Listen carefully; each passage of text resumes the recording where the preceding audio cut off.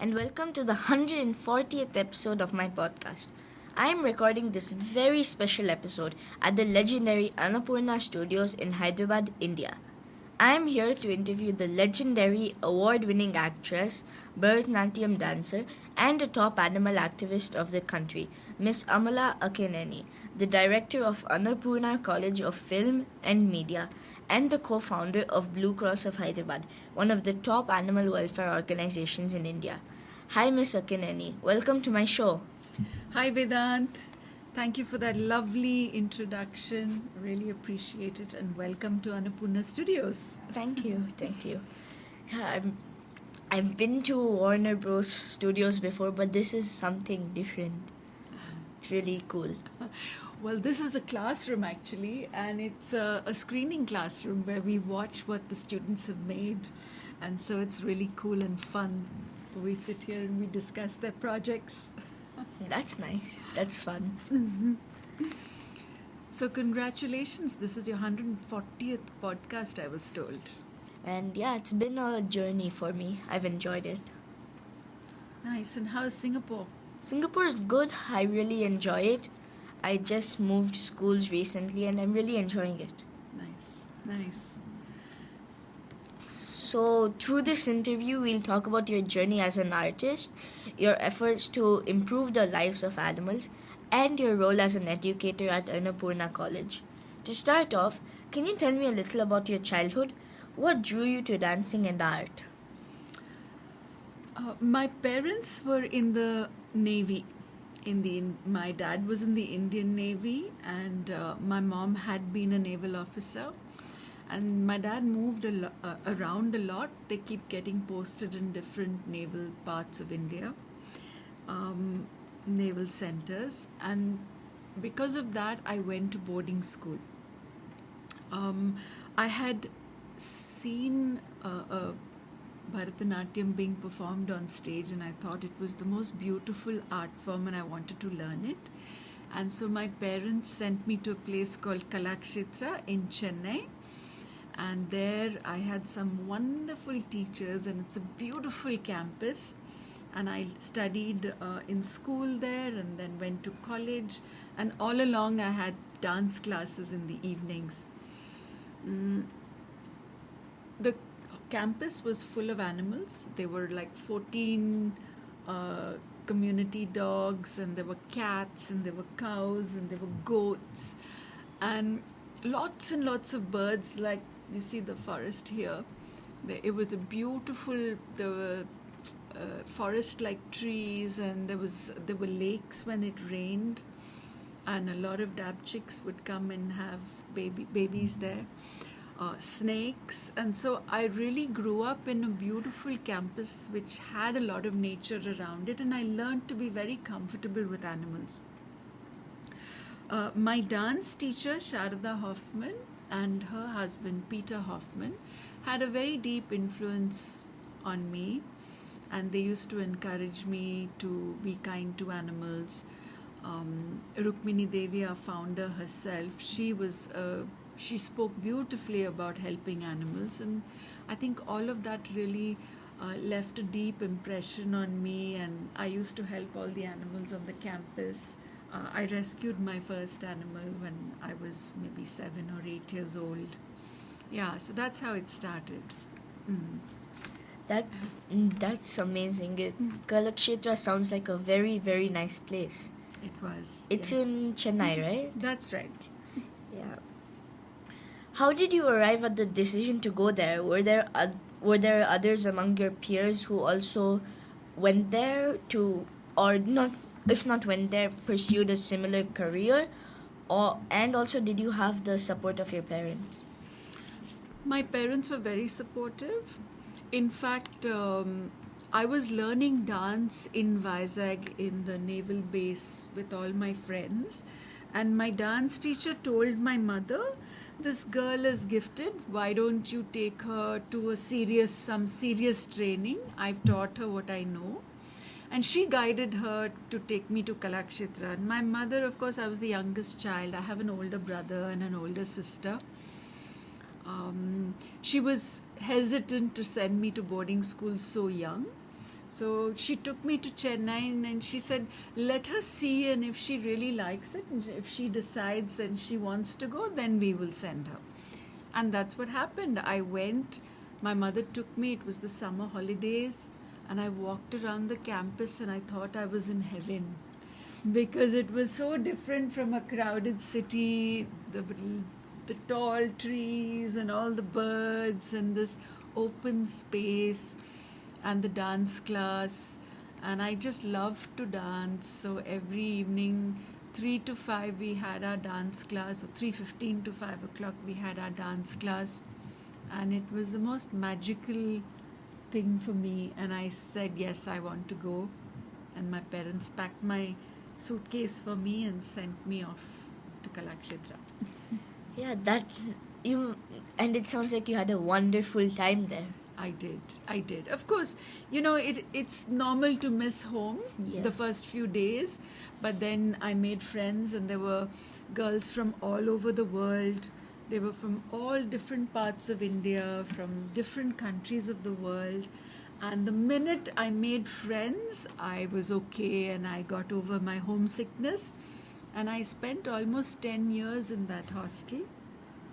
I went to school and I went to college and I made friends. Today, whenever I go to Chennai or any part of India and one of my hostel friends are there, it's like I'm going home.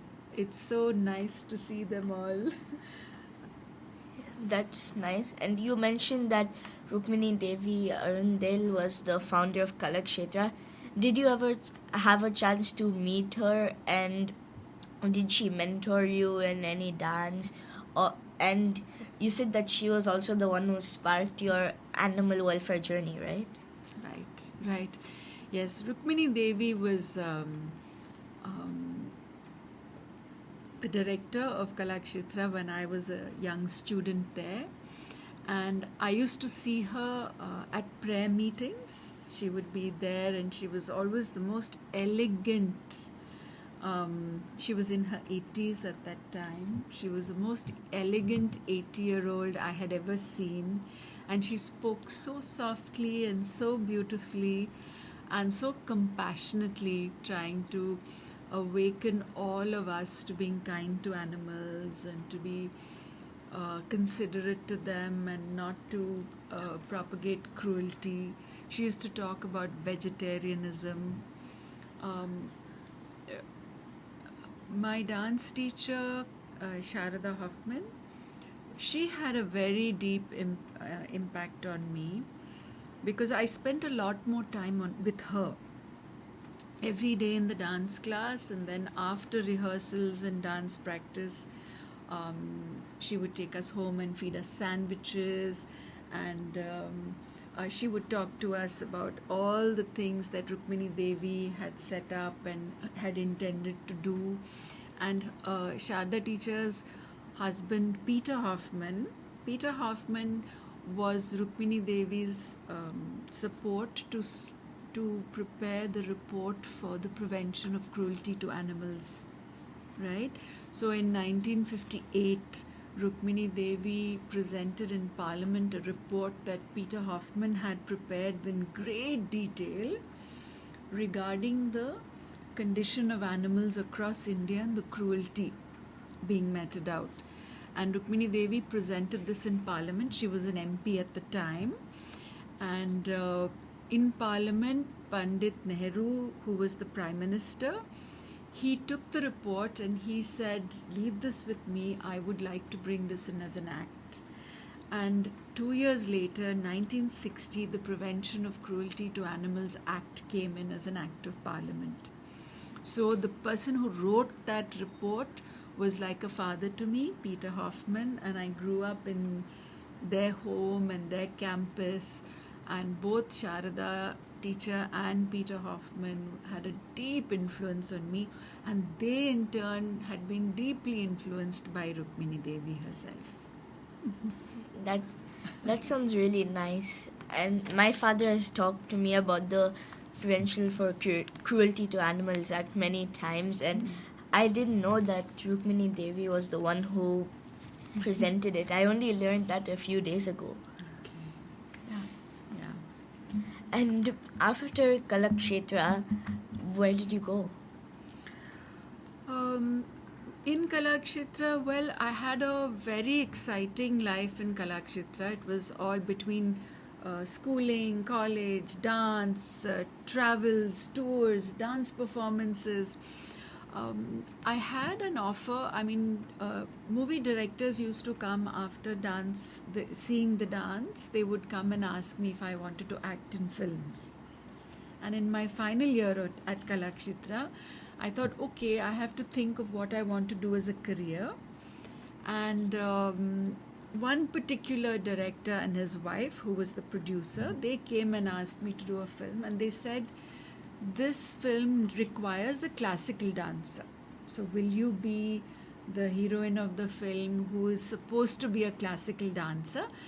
And until then, I used to laugh thinking, how can I act in films? I don't know acting and all of that. But when they said, will you act? We need a classical dancer. Then it made a click for me. Things fell into place and I said, this I can do. I said, okay, let me try. I have to explore in which field I can build a career. And I did that film. Even though I didn't know how to act, the director said, no, don't worry, I will teach you how to act and I will train you. And it was very interesting. The whole film we finished in about 6 or 8 months, and the film released. And when the movie released, I remember going to see it in the theater. And it was very exciting to see myself up there on the big screen. And when I came out of the theater, I was riding my TVS 50, which I used to do as a student, right? And it was Adyar Crossroads, the main Adyar lights, the traffic lights. And I was on my TVS 50 coming from the theater. And suddenly everybody around me started saying, Amala, Amala, Amala Pare, Amala Pare. And oh my goodness, I got, which is, look, it's Amala, right? And I got so frightened and I realized, everybody's recognizing me because now I'm a movie actor. And so I realized I need to buy a car now. And that prompted me to go and sign my second film. But jokes apart, it was very exciting because suddenly I had so many offers and so many people who wanted to make movies with me. And for the next 8 years, I was busy every single day shooting movies in 5 different languages right across the country. Yeah. Wow, that sounds like a dream. It sounds so amazing. And wow, I would love to watch those movies someday. You should watch a film called Pushpak, which should be on YouTube. It's a film which doesn't have any dialogues. Yeah. Yeah. What was your favorite movie that you acted in? I did a lot of favorite movies. But I think I have a couple of favorite movies in every language. Yeah. So I have a favorite movie in Malayalam, which was called Yenda Surya Putri. And I have a favorite movie in Tamil, I have 2 favorite movies in Tamil. One was called Agni Nakshatram, which was made with Mani Ratnam sir. And the other was a recent one called Kanam, Shri Karthik, made by Shri Karthik. I have favorite movies in Telugu. One was a film called Shiva. There was another very nice film called Nirnayam. But then I've also done my last film in Telugu, which is called Oke Oka Jeevitam. Yeah. Then in Hindi, of course, Shiva was in Hindi too. But I have a latest release in Hindi called Tumse Na Ho Paega. I'm playing the protagonist's mom, and he's a young entrepreneur, and it's all about the struggles he has and how his mom supports him. So yeah, so it's lots of fun. So many movies. But Pushpak, interestingly, was made in Kannada. So yeah, 5 languages. for you. Wow, 5 languages. That's a lot of languages. And you must have had to learn all of them, right? Yes, you see, as an actor, you don't have to be perfect at anything, but you can act like you're perfect. So you can do many things and you don't have to worry about being perfect. Wow. But that's amazing. You've had a very, very successful acting career. I've had a very interesting one. Yeah. And how did the Blue Cross of Hyderabad come about and what does it do? So in 1992, which is almost 32 years ago, I married my husband, who's also a very famous movie star and a producer, and he owns Annapurna Studios. His name is Nagarjuna. Yeah. Yeah. And I married him, and when I came to Hyderabad, it struck me that I didn't have to go to work the next day. Because for 8 years back to back, every day I was going to work every single day. And suddenly I had taken a break and come to Hyderabad, new city. And my husband was very supportive. He said, yeah, you do what you want. You don't have to go to work if you don't want to go to work. It's up to you. Enjoy your life. And so I got up and I was visiting a friend, and during the journey in my car, I saw a lorry run over a goat. And I jumped out and I picked it up and I looked for a number, because in Chennai I used to take them straight to Blue Cross of India. Right? That used to be the place, the animal shelter I used to volunteer at. I used to take them there, and I realized there was no number to call here. So I took it to a veterinary hospital in Shantinagar, and there was a lovely, wonderful lady vet there who worked for the government. Her name was Dr. Vijay Kumari, and she helped me bandage the goat up, and I brought it home. And within 1 month, Vedanth, my house was an animal shelter. I had injured dogs and cats and puppies and kittens and birds, and I had a buffalo with a broken hip and a donkey with a broken leg, I had a blind mongoose, I had birds of all shapes and sizes. And my husband came back from his shooting one day. He was very busy as a movie star. Came back and he said, Amala, the house has become like a zoo. I think you need to plan it better and do it for the entire city. Why don't you do it? It shows that this is a need for the city. It was his idea. He put the seed in my head, and I took all the love I had for animals, and together with the seed and the love, we created Blue Cross of Hyderabad. That's how it started. Wow. And it must have been like a really, really big achievement for It was just the idea, if I may say so. From then the hard work started, and it was very hard work, Vedanth. It was probably the most difficult thing I ever did. Acting was easy. Acting was very easy, I tell you. The real work started when I had to start Blue Cross, when I took it up. But I think it's because I was doing it for a cause greater than myself. Nothing would stop me. It doesn't matter how difficult it was. It doesn't matter how challenging it was to convince people or to take all the criticism and abuse that I got, and the sheer hard work of rescuing thousands and thousands and thousands of animals, never ending it was. It was tough, and I had to get even tougher, and I had to really become strong and courageous inside and outside.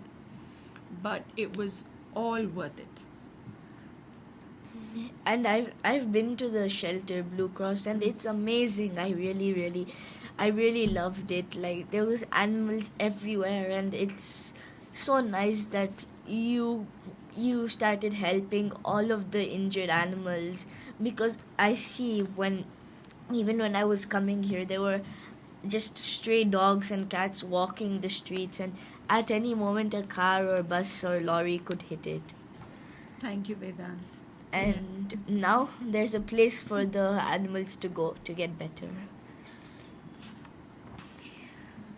And can you tell me more about the animal birth control program and also its importance? Okay. So, what do you know about it? Something like preventing dogs or cats for having too many babies and overpopulation of the species. Absolutely. So, in India, as in a number of developing nations, there is a lot of garbage that is externally disposed, right? Unlike Singapore, no? Singapore is so clean, everything just disappears magically in the night. And in India, it doesn't disappear magically. But I mean, we have a very good municipal cleaning program where they do come and collect the garbage. But other than that, there are a lot of communities where they just throw the garbage. Eateries, they just throw the garbage. And because of this massive amount of garbage and food waste being thrown, naturally it attracts stray animals. It's like inviting them to a biryani party. Yeah, saying, come, we've got lots of food for you. So these stray animals gather, they congregate, they eat, and they breed. They say nature abhors a vacuum. So where there is food and there is space available, some creature will thrive. Nature will thrive. So nature has sent the dog wherever the human being is, and because of the garbage, the dog thrives. Right? In this process, naturally, dog management has to be part and parcel of it. So you have garbage management and you have dog management. So every city in India, there are some laws now in place where the municipal corporation or the municipal authorities have to partner with the local animal welfare groups, and they need to implement dog management along with garbage management with the garbage clearance, right?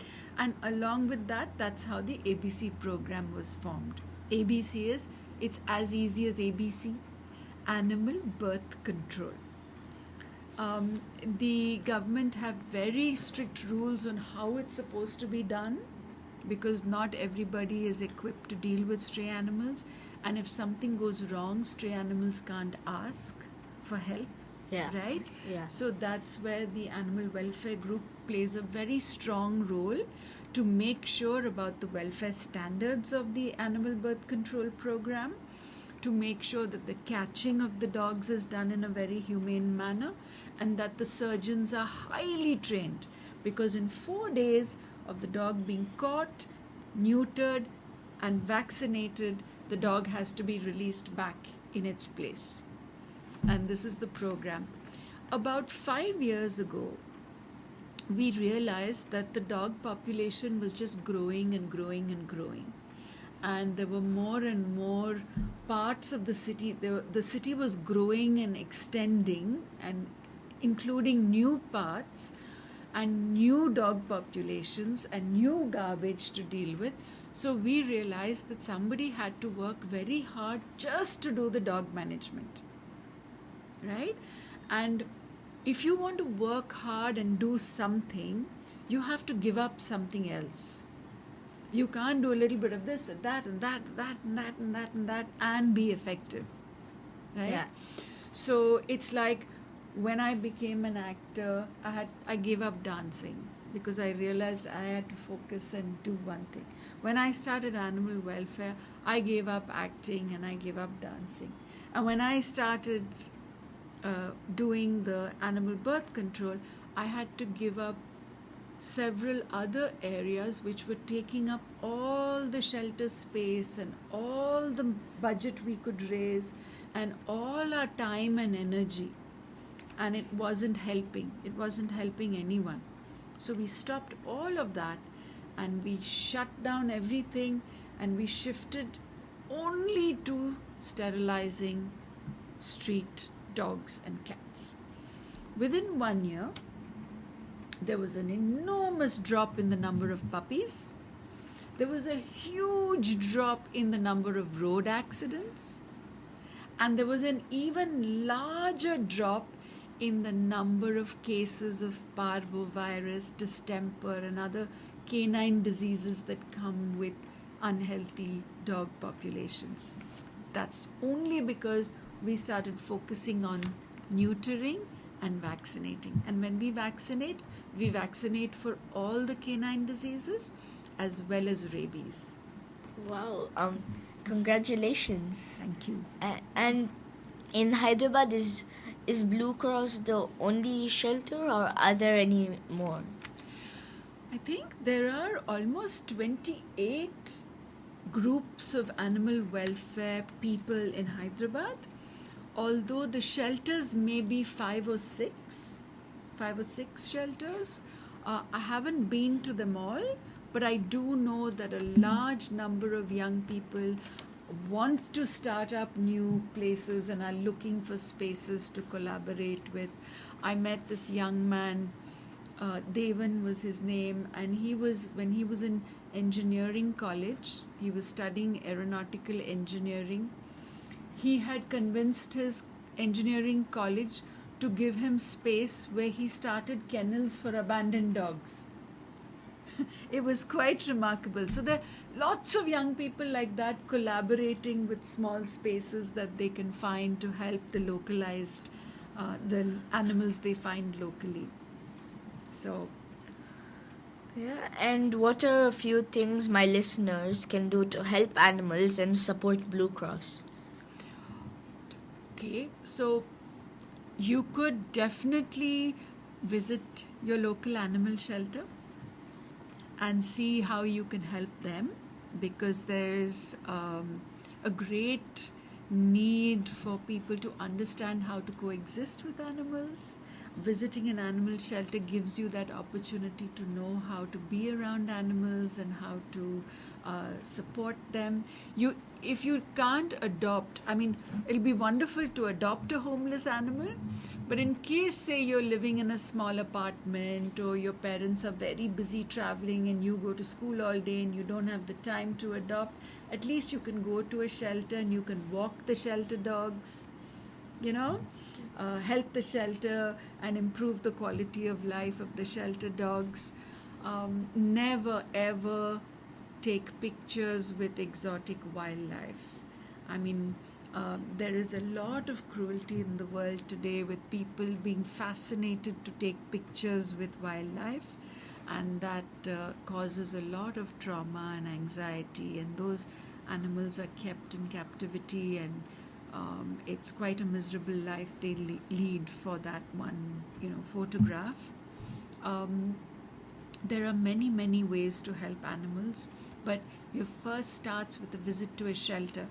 Our shelter has a special program for children, and on Saturdays, if you visit our shelter, we give a nice presentation on all the ways children can help animals. And it starts with a tour of the shelter and knowing all the different animals and the issues that they face. What time does it start? It starts around between 10 and 11 a.m. Okay. Wonderful. Moving on to Annapurna College, can you share a little about what the college does and also your role here? Sure. So my father-in-law was a legendary actor, Akkineni Nageshwara Rao. He was one of the early pioneers of the Telugu Telugu film industry, to set up this studio in Hyderabad and bring the Telugu cinema from Chennai to Hyderabad. Till then, Chennai was the hub of making films, and my father-in-law and many pioneers with him at that time brought the industry to Telangana, the then Andhra Pradesh, which was the the two states of Telangana were one at the time, Telugu speaking states. So this studio was built about 45 years ago, and it was his dream after he built the studio and he had his entire family working to make films in the studio. His dream was to set up an institution where they could educate filmmakers for the future. So it's not enough just to make films, but you must learn how to make films. And that's how Annapurna College of Film and Media started. It is 12 years now. And when as my father-in-law passed away some years ago, my family requested me after his passing to take on the responsibility of looking after the Film and Media College. So here I am the director, and we have 250 students in different degree programs learning filmmaking. There's a bachelor's degree, there's a bachelor's degree in animation and visual effects as well. There's a bachelor's degree in filmmaking, there's a master's degree in filmmaking, and there are lots of short courses in all the different crafts of cinema, of filmmaking.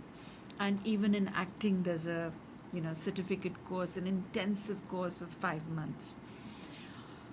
We have young people here finding their way and learning how to make films. When you came in, we were watching a mini series a set of students have made. It was an 8-episode series that they've made, and it's about a ghost. So we were sitting here enjoying it, and they were getting some feedback from their faculty, and this would be an exam for them. So they'll be getting their marks based on how whether they've been able to apply everything they've learned from their teachers and their faculty during their course, how they've applied it when making the mini series. Yeah. Was it an animated series? No, it's a filmed one. They've got actors and they shot it in various parts of the studio. They'll be going on now to their final semester where they'll make their graduation film. So that's nice. Maybe I can come here and try to learn here sometime. Oh, you're most welcome. If that's interesting for you, I can see you're already comfortable with sound, right? So every film, doesn't matter how short and how long, requires a soundtrack. And the soundtrack, if it's the more powerful or the more sensitive it is, the better the emotion of the scene, right? Yeah. So from the cameras hidden in the actors' clothing and the set, to capturing it when they shoot, and then they have to clean it up on the console, and then they add the sound effects, and then they add the music, and then they layer the whole thing and mix it, and then you get this beautiful soundtrack which just elevates the whole film or the episode to another level. But it needs somebody with a very good ear for sound, right? So that's what you do with the sound. And then of course you have the writers. If you're a writer, you're interested in reading, and you're a thinker, then you would write and you would direct the episode. And direction is also a very exciting thing. Writing is an art and a craft by itself. Or you have an interest in cameras and visual storytelling, then you'd be a cinematographer, and you learn you become the camera. So your eyes become the camera, and you understand how to move around and tell the story in the most exciting way, right? Visual storytelling. And you understand the colors and the spaces and how to use those spaces to tell your story and bring that script alive. After they film it, then comes the editor, and the editor is like another director or another storyteller, because they cut it up and they arrange the whole thing in a way that becomes really more interesting. Like, when do you reveal to the audience that who done it, or what's happening round around the corner. Am I going to tell you who's waiting there? Stop! I'll tell you next episode. And then, of course, you have the production, the producer, the production team, because they have to arrange everything. And they're very good organizers, they're very good schedulers. They think how to market it, who is our audience, how am I going to raise the budget, how am I going to get things at the least cost so that I don't spend all the money on things that I can't afford. And they control everybody with the budget, and then they finally take it. They know how to advertise it and do their social media campaign to get the film or the content out there. So these are all the main crafts, but there's a lot more. You learn the history of cinema, you learn film studies, you learn media laws, because media laws are very strict now, and you have to learn so many different things. You learn a bit of documentary, and you learn environmental science, and the environmental science stories you tell through documentary. And you learn psychology, how the audience psychology and the storyteller's psychology and the young person's psychology to be happy inside and outside. And do you have any tips you can share for students who are interested in a career in film and media? It's a great time to think about it, because it's one of the industries that are growing at 22. That is growing at 22%. So there are huge opportunities opening up. But having said that, you have to come with an education, right? So the opportunities are there, but the training is very tough. You have to go through the training and the craft and all of that, because it's heavily technology based. You can't just show up and know how to use the equipment. You can't just show up and expect somebody to let you use their equipment, right? It takes a lot of training and skills with that. Even if you train, it requires the attitude of an Olympic sports person. And I say Olympics because making a film is like the Olympics. It's the most difficult thing you would have done. I didn't say it was acting. Acting was easy. Animal welfare was difficult for me. But I kept going because I loved the animals, right? And then it was worth it. Every difficulty I faced was worth it and made me, just do my best. In cinema, in filmmaking, it's tough because out of nothing you have to create a dream. And you have to not just tell a story that gives hope and engages your audience and garners everybody's attention. You have to make it all seem real. And it's tough. It's not easy. It's challenging. And to wake up every day and do that kind of challenging work takes an Olympian spirit. So you need to be very hardworking, you need to be very passionate about telling stories, and you need to have a good way with technology, Yeah. And if you have these three things, then film is for you. Yeah, well, I film sounds really fun. Like it might be a really, really hard thing to do, but the end thing is amazing, because I've watched quite a few movies and it's always amazing, and the amount of hard work they've done to make it is all worth it, because it's just a piece of art. Really well said, Vedanth. Thank you. I really, really enjoyed talking to you today. Thank you so much for coming on this show. I really, really enjoyed speaking to you. I learned a lot from it. Thank you, Vedanth. I've enjoyed sharing what little I know about animal welfare and cinema and acting and growing up. And I wish you and your listeners You have a wonderful 2024. There are exciting things happening around the world, and there are difficult things happening around the world. As much as there is opportunity, there's also a lot of suffering. And I hope your podcast will share hope and guidance for young people across the world. Thank you. Thank you so much. Thank you, Vedanth. Thank you. All the very best. Thank you. Dear listeners, follow my Facebook page, Curious Vedanth, to get updates on my upcoming episodes. To listen at leisure on your phone and get notified about future episodes, subscribe by searching for Curious Vedanth wherever you get your podcasts, such as Apple Podcasts, Spotify, Stitcher, YouTube Podcasts, and many more. You can also listen to my show on curiousvedanth.com. Thank you for listening to Curious Vedanth, and don't forget to rate and leave comments.